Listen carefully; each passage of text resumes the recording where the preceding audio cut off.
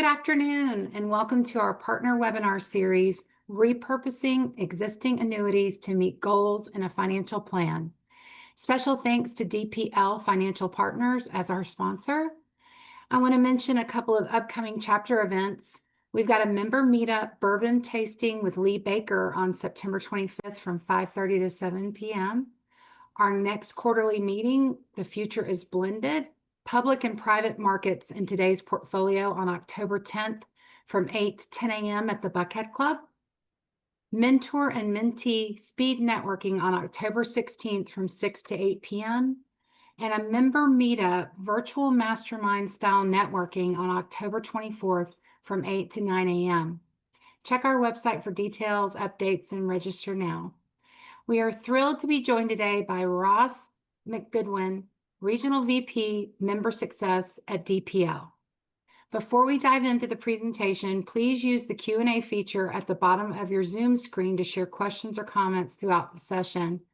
We want this to be interactive, and Ross will address those at the end of his presentation. And with that, I'll turn it over to you to begin. Thanks, Ross. Yes, thank you so much, Kathy, and thank you to the whole FPA chapter of Georgia for letting us join today. Super excited to go over this topic and, of course, spend some time with everyone.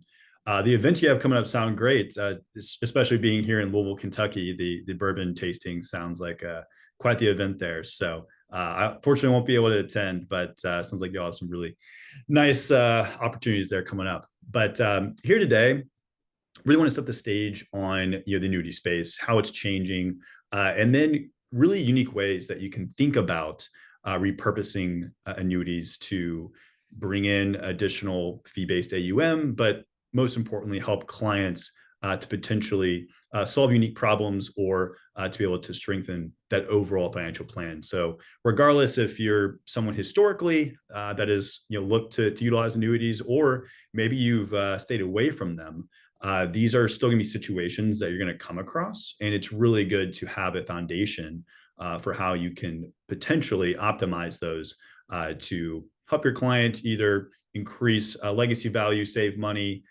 increase guaranteed income possibilities, or maybe function as a really strong alternative to fixed income or bonds. So we'll dive in here today. So just some quick background on me real quick.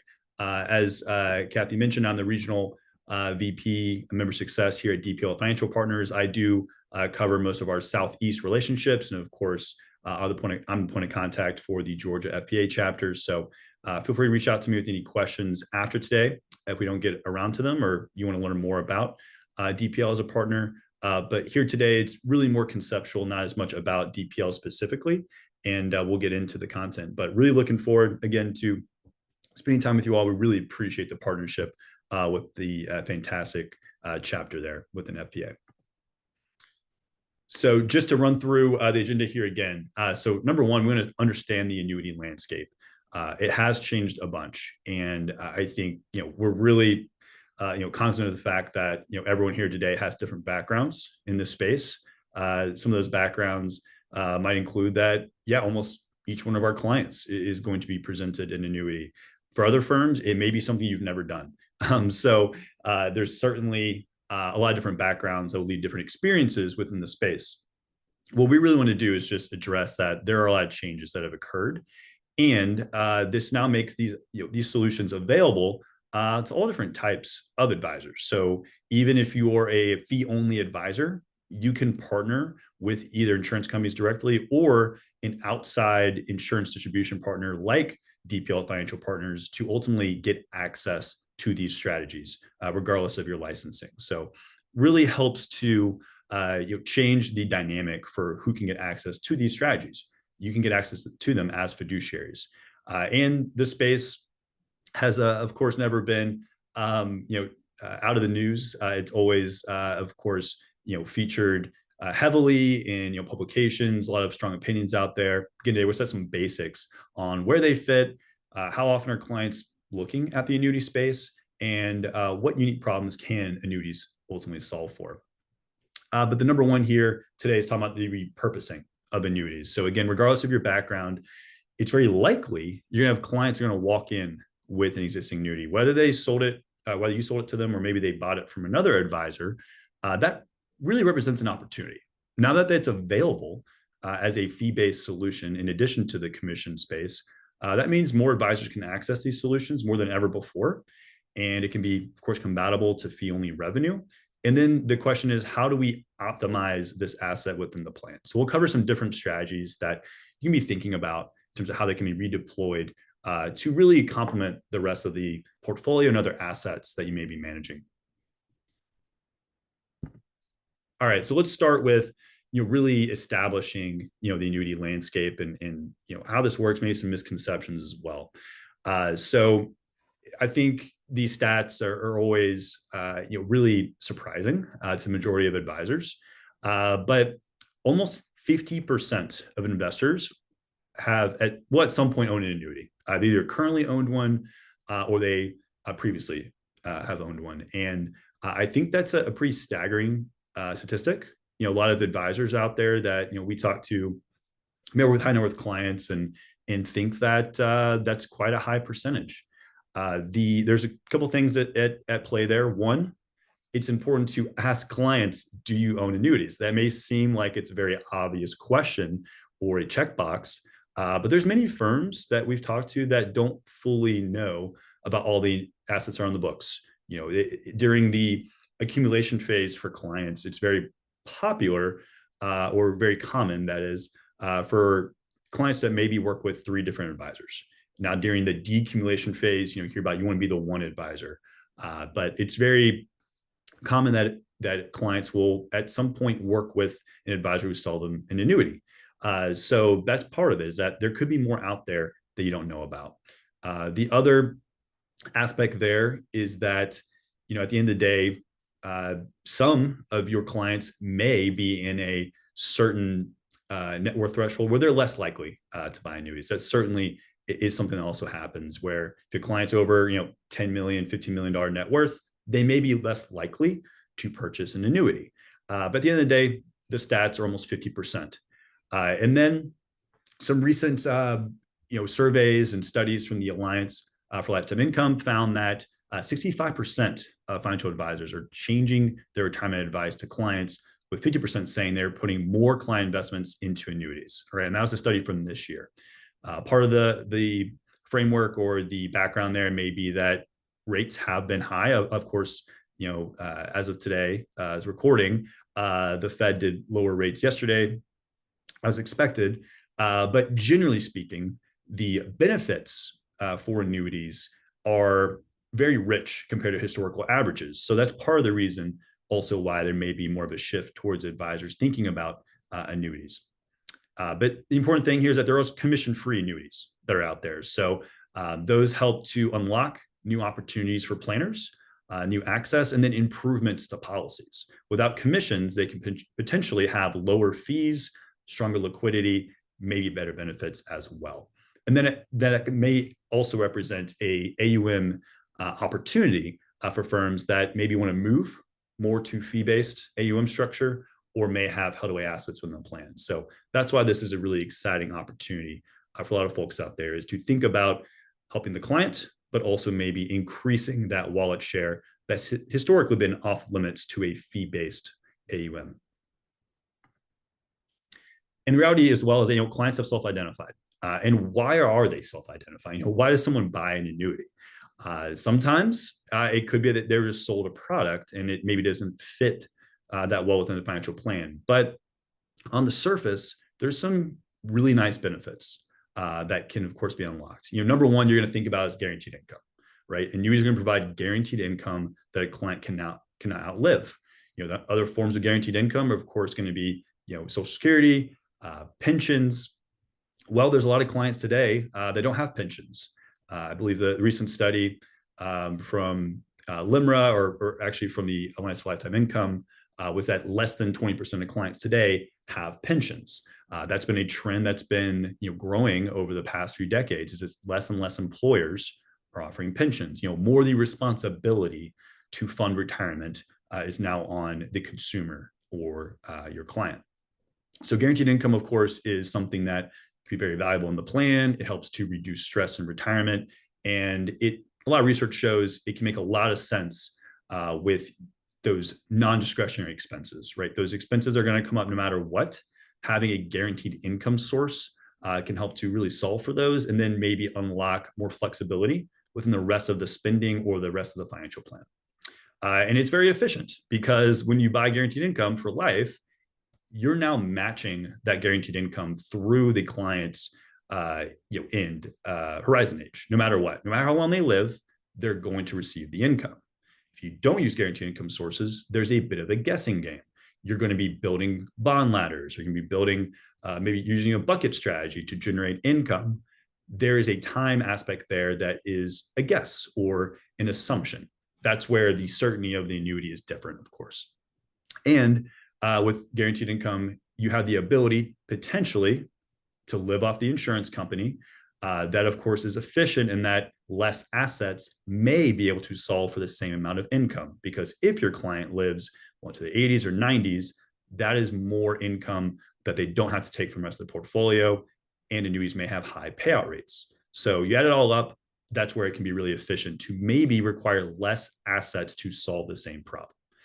And there's, of course, research that shows the behavioral aspects. Sometimes clients want certainty. Sometimes clients want guarantees. It's not that often within the course of financial planning that you can use the word guarantee in your conversations. So that is something that resonates with clients, according to research with David Blanchett, with Wade Pfau, Michael Finca. Clients do resonate with having guaranteed income and the peace of mind that comes with that, and maybe enjoying retirement. Some of the more soft benefits there are certainly present. And then, downside protection against market losses. The market's been doing well the last few years, but it was not that long ago that we saw a dual, drop down on both equities and bonds that had a huge negative impact on clients, not for their savings, but their psyche and their ability to enjoy retirement or thinking about starting retirement. So that protection from market loss is, of course, another way annuities can help. You can either access solutions that completely guarantee a lack of downside return, or even introduce guaranteed returns. So we'll talk about that here in a little bit. And of course, annuities also provide tax-free growth, either variable or protected growth vehicles, like a buffer annuity or a fixed index annuity as well. So these are the reasons why clients self-identify. They maybe provide certainty or more of a predictable outcome that a client may be looking for.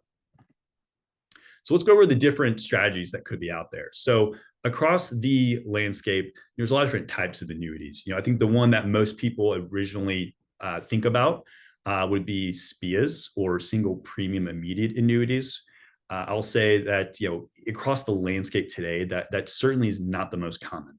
It is a very small percentage of contracts, and actually less than 3% of contracts are ever actually annuitized. It's actually generally going to be a situation where clients generate income through a rider that they pay for on a contract, which is a more flexible way to generate that income. But across the landscape, variable annuities are probably the second most discussed. Variable annuities are going to, of course, have access to sub-accounts that mirror mutual funds, where an advisor can pick investment options, make trades, and that's wrapped in the annuity, which is a tax-deferred wrapper. You could, of course, purchase a variable annuity with a rider to generate income, or death benefit riders if that's a goal. On the more of the protection side, you have both fixed annuities and fixed index annuities. Fixed annuities are going to look and feel more like a CD in terms of how they behave, with a guaranteed rate of return over a certain time period. They're very straightforward, very popular with clients. They've set some record years recently due to high interest rates. Fixed index annuities, that's going to be where you have access to both maybe fixed accounts and indices. Anything within a fixed index annuity is completely protected from market loss. With the card option strategy, you maybe have a cap on the upside linked to the S&P, NASDAQ, or different indices with a floor of 0. So that behaves really as a bond alternative because of the fact that you cannot experience negative returns. It's clearly built for protection, and then you can get modest upside. They are not typically positioned as equity alternatives based off the types of returns you will receive, And that's a common, I think, industry misconception that they are there to replace equities. Really, a variable annuity, full market participation is the only way you're going to get equity-like returns. So across the landscape, a lot of different flavors and structures here that can solve different problems and that may generate income differently. But one key point, guaranteed income, again, it could be annuitization where you turn the contract over to the insurance carrier and they provide you income for life, but you no longer have access to your account. You potentially lose death benefit and access. Again, one popular way to generate income is through a rider where a client does maintain access to that account balance and a death benefit until the account balance one day in the future might reach zero. So the important thing to remember here today, key takeaway is that there are commission-free policies available. Of course, historically, it's been mostly commissionable, which comes with some potential drawbacks. For one, commission distribution expenses are quite high at carriers. It's a big overhead. So that leads to higher fees, more layers of distribution costs, and it maybe could lead to benefits that can't be quite as rich because more of the budget the carrier is going towards that commission distribution cost. It also could lead to illiquidity. So in almost all cases, a commission-based product is going to have a surrender period where maybe for 7 to 10 years, the client changes their mind, they have an exit penalty to get out of it. We look at the commission-free side, and we'll have an example here in a second, but fees can be much lower because of the lack of that commission distribution expense. That then leads to a lower cost structure, maybe more transparent structure on products, and then potential liquidity. Some products may still carry surrender periods if there's an investment rationale behind the scene at the carrier to guarantee income or maybe provide guaranteed rates. Sometimes those will still have surrender periods, but for anything that's more accumulation focused, you remove that surrender period, and now the client has much more flexibility with that product and within their financial plan. So big differences there to the client's benefit of potential lower costs, potential improvement on liquidity, and then maybe better benefits as well. So here's a quick example, and this is just looking at a variable annuity with differences on M&E expenses. So just one layer of the equation on a variable annuity. The commission product, that carrier has to build in that commission distribution expense, and that's amortized over the lifetime of the policy. So it's not just, hey, maybe the client's out of surrender period and the fees drop. That's very rare. Typically, those fees are built into the lifetime of the contract. So that 7 or 8% commission cost that could either be paid out to an agent upfront or maybe in a trail over time. But as you see, it's a big layer of cost. Then the carrier has still internal distribution expenses that it may be 1, 2, 3%. So over the lifetime of the product, that's a 10% cost that's built in. That then comes with maybe a 7-year surrender period. In this case, that M&E is 1.43%. On the commission-free side, it can look quite different. You remove that commission, and then you replace some of these distribution expenses with an admin fee at the carrier, and then a distribution expense that could either be absorbed internally at the carrier to pay for distribution or maybe paid to an outside partner, such as DPL or another outside insurance distribution partner. The end result here is that M&E can maybe be a fraction of what it normally would be to a client. So that leads to lower fees. And then instead of a 7-year surrender, what we're pointing out here is the duration for the carrier to actually be profitable is lower.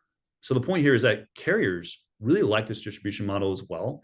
It's really not that different from other areas of the financial plan where you remove commissions and it could lead to a better end result or economic situation for all involved, including the insurance carrier. Now, it's always important to compare products on both sides if you have access to both sides and seeing the differences. It's not that a commission product will never make sense for a client. It's just good to realize that there's new solutions available. And if you stack them up, there will be some benefit to the client to remove that commission cost. All right, so let's talk about some repurposing. So we've established that annuities are very commonly sold or bought by clients. There's almost half of retirees will own them at some point.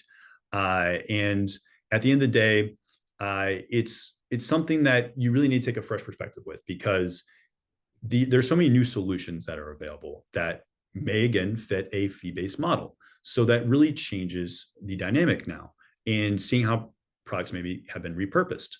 And then the goal is, what do we want to solve for? There's a lot of different things we can go solve for, which is fantastic. But let's first focus on retirement income. That's probably the first area that both advisors and clients think about with annuities, is guaranteed income. It does not have to be the way they position, but it certainly could be. So who could benefit? Well, think about clients who are approaching retirement, and they have, of course, goals every year for their paycheck. We'll have an exercise here in a second, but you can maybe back into what's the gap. How much income do they want every year? How much is non-guaranteed? That is potentially a good place to start. And there are great resources that you can utilize in insurance carriers or through a platform like ourselves that allow you to quote or back into how much in premium do I need to solve a specific problem. But the clients could benefit are starting to be those that are approaching retirement. They could already be in retirement and they're looking at their financials, but certainly those who are in danger of outliving their assets. If you have a client who's a joint couple, actually, who's 65, okay, and this is according to the Society of Actuaries, a 65-year-old couple has a 50% chance that one of them is living through age 95. And you've probably seen a lot of these stats that more and more clients are going to be living to 95, 100 and beyond. So couple that with the fact that many clients are retiring, even before age 65, that's potentially 30 plus years in retirement. That's a long time. And that's a lot of work the portfolio is going to have to do to generate income. So the clients that have that longevity risk concern are certainly ones who could benefit. Clients that may only live to, or expected to live to, late 70s, early 80s, they're not going to benefit as much. They don't have as much time on their side to potentially get into that insurance company's pocket and be able to live off that insurance carrier. Now, if you knew exactly when your client was going to pass away, it would certainly make things easier. But that's where these solutions can try to help prepare for the unexpected. And at the end of the day, a great quote from David Blanchett: you can really only guarantee a certain level of income with an annuity or Social Security or with a pension. And that coverage against that longevity risk is really valuable. And I'm sure you've seen clients that have lived well into retirement. There's new problems that can develop, including increase in health costs. That can be something really detrimental. Having a plan or guaranteed cash flow can help offset some of those potential issues. So I alluded to this already, but a really nice exercise, look at the essential expenses a client needs, take out the secure income they already have that's coming in, maybe just through Social Security. Of course, there's a lot of discussion about those benefits being cut. We'll see what happens. But regardless of your opinion on that, let's say there is Social Security that's still really effective, it's really strong, that's coming in. You then have pension income, if there is one. Then you would look at, okay, what does the annuity solve for? Those discretionary expenses, the portfolio can do a good job, of maybe using total return approach to help solve for those. But those guaranteed expenses or those essential expenses can be really effective to match up with guaranteed sources. And the annuity can maybe fit that delta there. When you look at the landscape, a lot of different types of solutions we talked about. Immediate annuities, SPIA is not really utilized for growth. They're really just income vehicles. There's really not any return there. You've given that asset to the insurance company. But when you look at the spectrum, a lot of different, as we mentioned, different levels of risk that a client can take. So you can be all the way to a variable annuity that is really going to feel like a mutual fund wrapped in tax deferral with the structure there. You can look at a buffer annuity or a registered index linked annuity or structured variable annuity. Yes, there's 3 different names that people use for that category. But if you're familiar with buffer ETFs or structured notes, it behaves very similarly, but wrapped again in the annuity.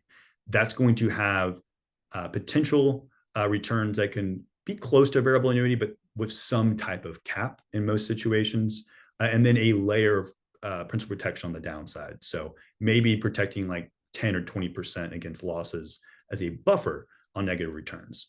Fixed index annuity, we covered that before, maybe a cap on upside as the date of this recording on the 18th, you're looking at maybe 12, 13% cap on the S&P with no downside risk. Then you go down to a fixed annuity. We're gonna have some examples here later. That's gonna be a guaranteed rate of return every year. So different trade-offs as you go up the spectrum there in terms of risk and the potential returns. Similar for income. When you look at payout rates, a fixed index annuity that has less market variability is going to have a higher payout rate than a variable annuity. Sometimes a fixed index annuity is going to pay similar to a SPIA. So as this makes sense, probably, the more flexibility you have in the contract, maybe the lower payout rate the insurance company can afford. And it's important to compare those trade-offs. If flexibility is really, really important, if maintaining market performance is really important, then a variable annuity might be the fit. Whereas if guaranteeing the most income might be the most important, then perhaps a fixed index annuity or a SPIA might be a better fit to guarantee a higher cash flow, but have less market potential performance there. So it's all about trade-offs. The level of liquidity and flexibility will go up as you go up the spectrum here. And a registered index-linked annuity or a buffer annuity, as you expect, is going to fit similar, maybe a little higher payout rate than a variable annuity, but a little less growth potential. So in terms of what's most popular in the landscape today, what's getting the most publicity is certainly, I would say, fixed index annuities with their growth on income riders and the buffer annuity space as well. What's great is that there are great resources out there. This is a snapshot of the tool on our website. You don't even have to work with DPL to check out this tool on your own. It's at dplfp.com. It's just a snapshot of what this looks like, but you can quote guaranteed income through our resources. A lot of insurance carriers that we partner with have their own quoting tools where you can see how much income you can generate from a specific investment amount, or maybe even back end solve into how much you need to solve for income based off a certain goal. So a lot of great tools out there you can check out to see this in action. And again, have a plan in mind and then go find this solution. That's really the fiduciary approach there. Here's a quick example of going from a current annuity to maybe a new annuity that can provide more income and repurposing for that goal. So let's say the current annuity, this is a really common situation. They bought it years ago. They have an account balance in this example that's $963,000, and there's this phantom value benefit base that's over $1 million. A common misconception is, hey, you can never improve this contract because that benefit base is higher than the account value. Yes, many times that's going to be a big factor, but that benefit base is only as good, only as competitive based on the payout rate. In this case, the payout rate is 5%. Very common situation, 5% payout rate.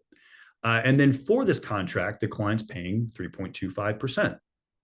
So that's leading to an annual lifetime payment of almost $52,000 a year. All right, and over a 20-year period, they're going to get about $1.03 million. They're going to get back that current benefit base in full, and they'll continue to get income. But that's how long it's going to take them to get all that money out of that contract, and eventually deplete to zero a little before that. So they're hitting their income goal. That's great, but could we do better? With this new product, all right, we are going to take that cash value, not the benefit base. So it's a lower number, but now we're accessing a solution today that's commission free. That's also in this rate environment. And the client is actually getting a almost 8% payout rate with rising income for life. Rising income is something that's newer for a lot of folks. These are strategies that have annual cost of living adjustments linked to your performance every year. So that cumulatively can look really, really interesting. And what ends up happening is that first payment is above $75,000, which is great. But then by year 20, that income has just about doubled with those increases. So not only is the client getting a much stronger income out of the gate, cumulatively, it's a completely different situation. And the big picture here is that at this year 20, and sorry for the typo here on the age, obviously that should be the same. But what ends up happening here is that cumulatively, there is $348,000 roughly, or sorry, more like $300,000, sorry, that you don't have to take from the portfolio, right? That's that much more money that you don't have to draw from other assets that you can rely on the insurance company to provide. So a really nice example here This won't always be possible, but that's even more of a reason to take a look and take a fresh perspective, because you might be able to improve these situations. So always, always, always run the numbers on old contracts to see if more income is possible. In this case, quite a bit more is possible. And then that helps to take even more stress off the rest of the portfolio to meet withdrawals. And it's a fee-based solution. So now this advisor can charge a management fee on this asset. And there we go, 310,000. There's a 20-year cumulative difference, which is great to see. All right, so let's talk now. That's income. Again, solving for guaranteed income is super valuable for the client and might take pressure off of the portfolio to meet those withdrawals and maybe even lead to a higher legacy because of the fact that the annuity is on the hook for so much of that cash flow. So a really nice exercise, by the way. You can build this into your financial planning software if you use eMoney, Money Guide Pro, Right Capital. Really nice solutions there where you can look at what if scenarios and potentially including that income or not including that income and see the difference to the client. Not just Monte Carlo scores, but seeing what happens to the funded ratio. How much of my expenses are covered with guaranteed sources? Seeing that go up sometimes is really nice for a client and a really interesting exercise. So encourage you to utilize all those resources. So now let's talk about repurposing for a fixed income allocation or as a bond alternative. So we look at the landscape here. You have different solutions that could fit the mold, right? When we're thinking about fixed income alternative, it could be a straight fixed annuity, it could be a fixed index annuity, but solutions that are meant to provide protection and growth. So when you look at bonds, you of course are, the rationale, we want principal protection, right? You're not going to be all equities all the time for most clients. So that's why you're going that direction. The cash flow is going to be, of course, whatever yield you're getting across your bonds. And the duration, we talked about this before, it's really up to your rationale and what you think is going to fit the portfolio or their goals or the timing of certain payments that might be coming up. With an annuity, it could be the same conversation. Hey, we want to provide stability. We want tax deferral. Annuities are going to have tax deferral as you grow. You're not going to be paid tax as you go, which is maybe a difference there, depending on what you're utilizing. And that cash flow is going to be guaranteed for life. So big difference there. When you're looking at the duration, it is no longer a question. We know it's going to be matching how long my client lives. So again, key difference there.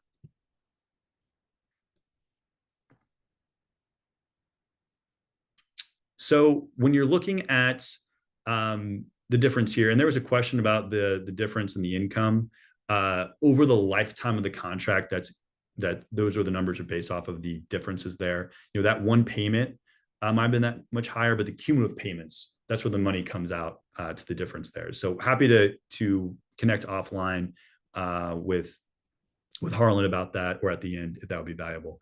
But when you're looking at, again, who could benefit, you're looking at, again, those who might be living long into retirement, those who may have higher fixed income allocations. Those are certainly the clients we want to think about. Who is potentially going to be when taking some risk off the table, who already has a lot of money in bonds. There's a lot of research that says maybe carving out a portion of that within an annuity could be valuable. And at the end of the day, Wade Pfau, again, he's a great resource, a great personality. I've met him a few times, and I think he's even talked to the chapter before in years past. But from the perspective of fixed income, the annuity is going to continue to solve that income need without having to make adjustments, right? Clients don't like making adjustments, especially late in retirement. The annuity allows them to stay the course and have a given plan as they go forward. When you look at the landscape here, the first product we're going to talk about is a multi-year guaranteed annuity, or a MYGA. All right, this is going to be something that is, again, going to look and feel similar to CDs in that they provide a guaranteed rate return and they're going to provide tax deferral. So that is a really straightforward solution, and that can resonate with clients and advisors. Your risk is really minimal. It's just the ability for the insurance company to meet, of course, their balance sheet and their carrier rating, which you can, of course, evaluate that. and there's going to be differences. But really high complete protection, liquidity may not be as high for that trade-off. They may need some illiquidity to provide that multi-year guaranteed return, but that even can create income as well if that's an end goal there. So this is as of August 7th. All right. So just want to say that up front as a quick comparison. When we did some research, just going over some differences here. Of course, this year, some rates have been changing. The Fed just dropped rates yesterday. But when you look at different durations, depending on the yield curve, there can be, of course, different rates of return. A CD, with our research where we pulled all these numbers, you're hovering around maybe 4.3% a year. With the MYGA, you're looking at maybe a nice increase there. With the insurance company able to invest in a general account, they may be able to invest a little differently than a bank, and that can potentially lead to higher guaranteed multi-year returns. So in this example, you're seeing in the 5-year example, a 1.6% difference. Of course, the MYGA also has tax deferral. So these can be really nice solutions for clients that want that predictability, want the safety, and they want to see something that's going to have that daily increase. Clients like to react, advisors like to react, daily to the market, and that can bring emotional swings. CDs, MYGAs, or fixed annuities, they bring predictability, and sometimes that's a breath of fresh air next to other assets in the plan. So it's always good to, of course, look at your current rates. Different websites, carriers, including ours, have those current rates that you can check out on demand to see the differences. But that's going to be a great place to go there to see how it compares, and always do that side-by-side comparison. It's not that clients should never buy CDs. It's just, it's good to have alternatives and more options at the table. Here's a quick example. The difference in this example, 5 years, different rate. You're seeing, again, the difference with the tax deferral on the fee-based side on the MYGA. Now, this solution in particular has a surrender period. So client has to be okay with that. But always ask, is there a version of this without a surrender period? There might be. There are fixed annuities today that do not have surrender periods. They may have slightly lower rates as a trade-off, which makes sense potentially. But that, again, gives your client more options and can potentially lead to a flexible allocation that still solves their goals for protected growth. Now, the fixed index annuity, these are, I would say, historically have been the source of a lot of debates. What indices are you using? How's the product built? These solutions are going to have indices with different caps or participation rates, but always a floor of 0. The really important thing here is you really need to understand the index you're utilizing. A lot of insurance companies come out with indices that may be proprietary or not have a long track record, and those could perform well, but you have to be comfortable with the index. At DPL, I can say we focus a lot on well-known indices, and the indices that you may be talking about every day. The S&P, the Russell, the NASDAQ. It's MSCI EFA, of course, international exposure. These have all been the most popular within the fee-based environment in our experience. And these, again, can have potential caps on upside, but with the trade-off of no downside risk. So with that type of parameter, it can be a nice bond alternative. And you're maybe going to have higher upside than a MYGA or a fixed annuity, but you're going to have more variability. If that index is negative in a given year, you earn 0, where the fixed account you could allocate in or a MYGA would have been positive that year. So it's important to understand those trade-offs there. And those rates on the products, they can change, right? So that's another thing to evaluate. On renewal, you could be 3-4 years in and a rate could change on a fixed index annuity. So you have to be comfortable with the carrier. A lot of them do publish renewal rate history. On the commission-free side, those renewal rates are very consistent. Many products have never changed rates, which is great to see. That doesn't always happen. So that's why it's important to understand who you're working with and to also evaluate that renewal rate history at the end of the day. But you're going to maybe track equity performance, no dividends in most cases, but then up to a cap with no downside risk. So a little more growth potential, a little more flexibility as well. These will sometimes have surrender periods, but not always. Many of them do not have surrender periods in the commission-free environment, which is a great change. So here's a quick snapshot of another way to think about this, or another resource. So when you're trying to solve for that income goal, you're thinking about, what's our required investment? How much do we have to put aside to solve for a given goal? Well, when you look at this income goal and you're looking over the course of a client's retirement horizon, you may find that the required investment for the annuity could be a lot lower. In this example, it's less than half. It all goes into the fact that the insurance company eventually is on the hook for the money, whereas the fixed income portfolio has to have more assets to keep up. So if we ran the numbers through age 75, it would look very similar. But once you go into further into retirement, that's where that risk transfer to the insurance company can really shine and maybe solve that income goal, in this case, $60,000 for the client for 30 years with less money. So there's cool resources out there that can help you run the numbers and see the comparison. And again, maybe solve that problem with less money, go take the savings and go invest in equities or go do something else with it that's more growth oriented. So we think about existing annuities, think about protected growth. We mentioned MYGAs, we mentioned fixed index annuities. Those can be nice resources to diversify and have nice downside protection with still solid upside, or again, to solve for income. So last thing here, we're going to talk about minimizing tax liabilities in more of a growth scenario. And some of these solutions are, maybe newer to you, or different benefits that haven't always been around. So we'll definitely highlight what's really unique here, what's changed. So we talked a little bit about cost differences. I think it's really important to establish that there can be substantial cost savings when you just go from a commission to a fee-based solution. And in this example, we don't want income. The client just wants to minimize costs. They want to maintain tax deferral.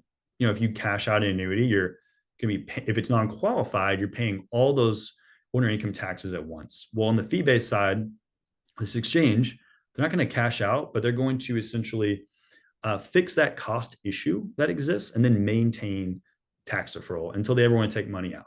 So in this example, they're currently paying 3.4% all in with a M&E cost. That's just to own the contract. Sub-accounts, those are the costs of the funds. And they are paying for an income rider. Based off the advisors, in this case study's research, they don't need the income rider. Maybe they're really well positioned for retirement and they'd rather drop those fees that come with that. Well, on the fee-based side, we're going to see a big difference in M&E and the sub-account. Now it's all in at 0.6. That's, of course, before a management fee. You would add that on top. So the product fees are substantial savings, and that is plenty of opportunity for an advisor to then come in, manage the asset, and charge their fee. But from a product cost standpoint, it's really a night and day difference. And a fee-based variable annuity, there won't be a surrender period.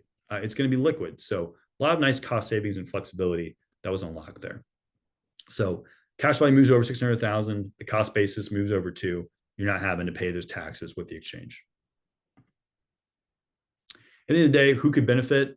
It's really going to be anyone who already owns an existing annuity that maybe has more of a cost issue, or they want to maximize growth. This is where this can come into play. So there's proposals through Morningstar, or again, partners like DPL, where we can build this and have a client approved output that shows cost differences for clients. And I'll move along here.